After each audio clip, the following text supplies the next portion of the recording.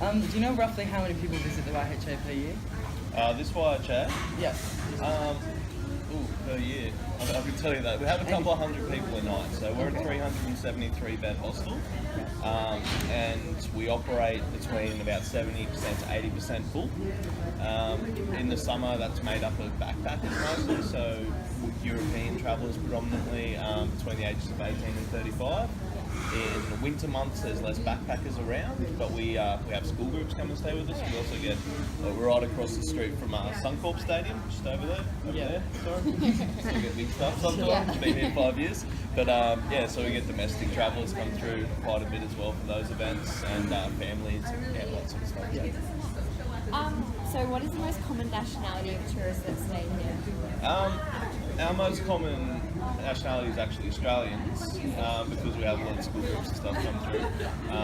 That's over the course of a year. But otherwise, people from the UK are our biggest traveller, and that's been steady for a long time. The numbers don't really go up that much, maybe go down a little bit. And behind them is Germany. A lot of Germans come and travel here. Do the people that work here ever struggle to communicate with people of foreign nationalities? And how do you deal with the situations and the language barrier? Yeah.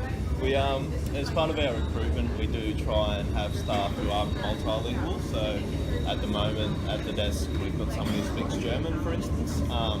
We also have a Chinese-speaking staff member. But you do run into problems. I've found most people who come from Europe or Germany and Scandinavia, the Netherlands, all have very good English skills. But some from France, sometimes of us. So we have a French-speaking staff member. China as well. A lot of the older Chinese won't have very good English skills. So, but you can always kind of make yourself understood. I've sat there with Google Translate in front of me, and you just got to be careful of your phrasing. Sometimes you can put in something to Australian and it will just not make any sense on the other end. But I've sat there with Google Translate and all printed stuff out. You got a map. Yeah, you can always kind of, it's fun sometimes trying to communicate. Use pictures. You figure it out as you go. Yeah. Why do you think these young tourists visit Brisbane? In your opinion, what are the key features of a good city that Brisbane offers? I think Brisbane's, we're what they call a gateway hostel, so having a large international airport, a lot of people will come to Brisbane as their first stop in Australia, and they will set up base here, get their bank account, tax file number and all that sort of thing. People also see Brisbane as a gateway to the wider Queensland coast, which, Great Barrier Reef, Whitsundays, Cairns, Fraser Islands. It's a great base to set up your trip further north. So we have that as well. Brisbane itself, of course, has close proximity to Moreton Island, so a lot of people come visit us to visit Moreton Island. They'll go do trips to Lone Pine Koala Sanctuary here as well. And Brisbane's seen as a city that's quite accessible, I think, because it's a big town, really. It's not like your Sydney and Melbourne, it's not as intimidating, I think, so it's a good base for backpackers to set up and work and save for their travels as well. Do you think that the cultural diversity in Brisbane compares to other world-renowned cities? I think Brisbane's come a long way in that respect recently. In comparison to other world-renowned cities, Brisbane's still a very young city. So it's cultural mishmash, I find. It's one of the challenges of Brisbane is that it's so set out, so a lot of the hubs for these cultures aren't accessible for a lot of business in the city because they're more based in the suburbs than perhaps other cities in the world. But I think Brisbane's developing in that respect. What are the most popular attractions that people stay here in the hotel go to, and why do you think this is, and what other tourist attractions do you think complement Brisbane's popularity? I think Brisbane's done well in the way they put together their free ferry route along the river. Brisbane's a river city, so to have people go check out South Bank and catch a ferry up to New Farm Park, it's quite picturesque, it's a cool scene. Mount Cootha as well, Brisbane's where the city meets the bush, I guess, so people can jump on a bus and go for a bushwalk and be back in a few hours, which is highly appealing. And of course, if you want to go to Stradbroke Island, because we're talking predominantly of a market that doesn't have a car, so they've pretty much got to come through Brisbane to go there. And like I said, Moreton Island as well, Lone Pine Koala Sanctuary, on their way to Byron Bay as well. Do you think that the YHA is within close proximity to popular parts of Brisbane? Yeah, I think, we're 600 metres from the transit centre, which helps, because that's the main hub of transport and arrivals to the city. We're quite close to the cultural centre, so South Bank, the Gallery of Modern Arts, the Queensland Museum, which is quite popular, and yeah, we have benefits not being right on Queen Street because we are across the street from a supermarket, and we're close to the Paddington Centre, West End, and that sort of thing as well. What locations are most desirable, and why do you think these influence the popularity of accommodation? Well, you've got to be close to a transport hub, or run a bus essentially, because people don't want to walk far or pay extra to get to your hostel essentially. You also have to be close to, people live here and they cook their own food, so they want to go to a supermarket and buy their stuff as well, so you have to be close to those kind of amenities. And you have to be close enough where people can walk and explore the city, so which we are here. If we were a bit further out, like Kelvin Grove or Red Hill, it wouldn't work because that's just too far to get to Queen Street. If we were more than 20 minutes walk to Queen Street, it would be a push. Do you think that the majority of accommodation in Brisbane primarily target people from other countries or Australia? And like, what do you target as customers? Our target market's travellers who are more quality focused, backpackers who are, they're budget focused but also quality focused. So our market lies in people who want a clean bed, a secure facility, and some great recommendations from staff to go use this as their base exploring the area, South East Queensland and the city of Brisbane. I feel like Brisbane itself is geared a lot around the hotel room market as opposed to the hostel market.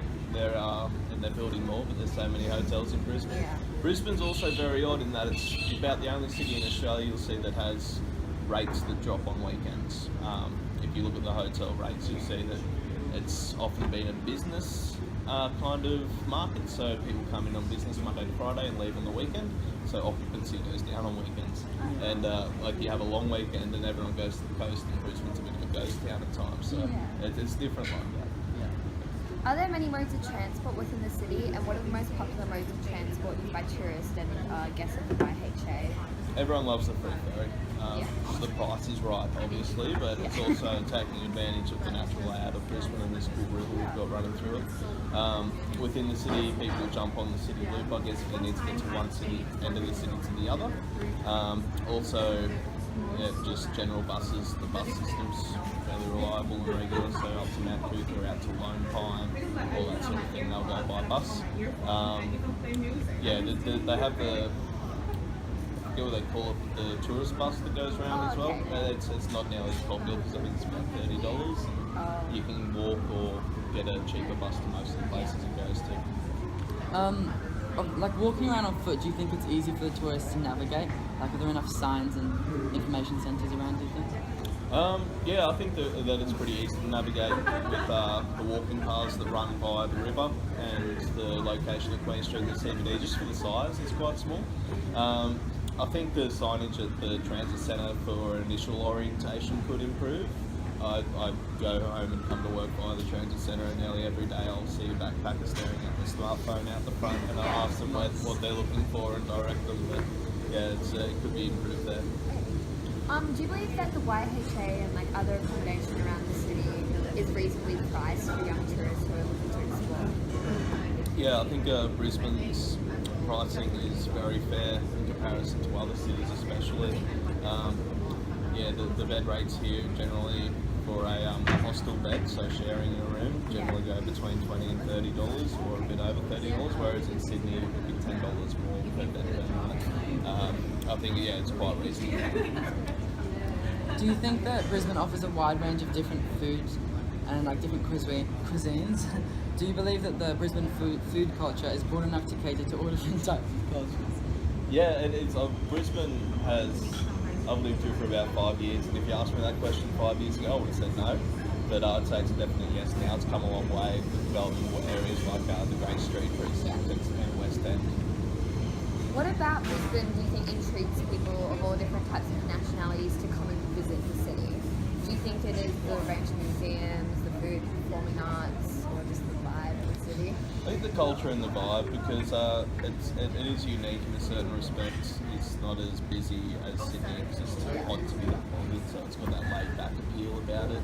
And it is also a hub to explore South East Queensland, so it's accessible if you want to check out Sunshine Coast, Gold Coast, and the Greater Brisbane area, and the immaculate bushland we have around here as well. And it's perfect. You said it's a gateway hostel, so like people stay and then branch off. So how long do they usually stay? On Um, average?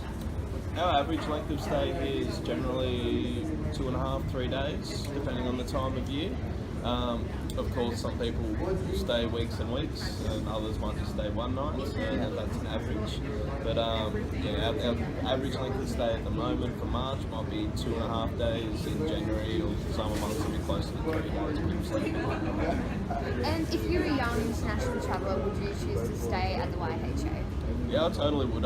Maybe not my first time travelling, because when I travelled my first time, I always thought the cheapest hostel would do. Yeah. And it's not always the case, because sometimes you end up paying more when you realise you have to pay extra to get knives and forks and that sort of thing. But yeah, knowing what I know about travelling now, YHA, and when I do travel, I do stay in YHAs now. But it's great because it's very transparent. What you see is what you get.